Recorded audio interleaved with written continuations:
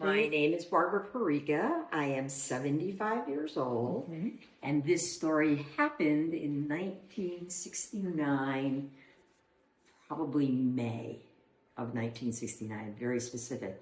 I know, I understand, but it's one of those when it's your first.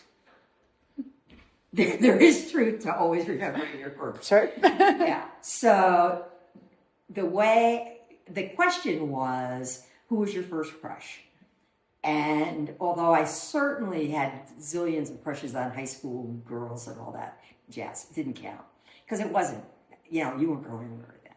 So in 1969, I was friends with several guys that came back from Vietnam.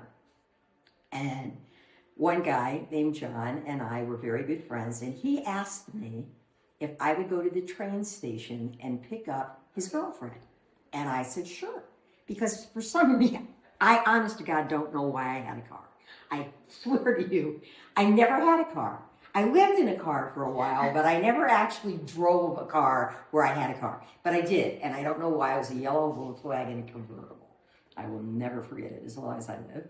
So I pull into the train station in Poughkeepsie, New York, realizing that I had no way to know who she was, what she looked like, anything. So I'm there and I'm watching the one door that's going to open in Poughkeepsie, New York. And people came out and I knew, nope. And suddenly I look up and I swear to God, it was like a 1940s black and white. I don't even know if they called them rom-com then, but it was the movie. And the train was sort of that gray-black that New York trains are.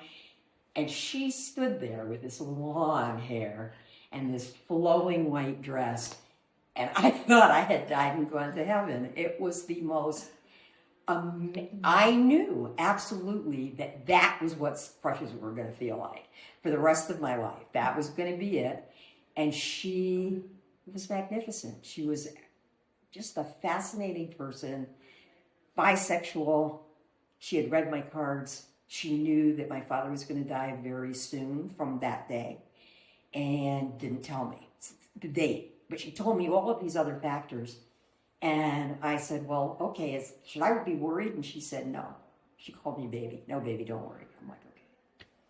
And the day of my father's funeral, the phone rang, and it was she saying, are you okay? And I said, my God, Lorraine, it happened, and everything you said happened.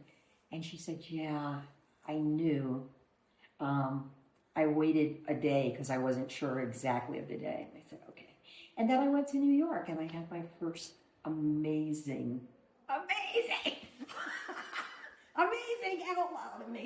experience. And then she went with John.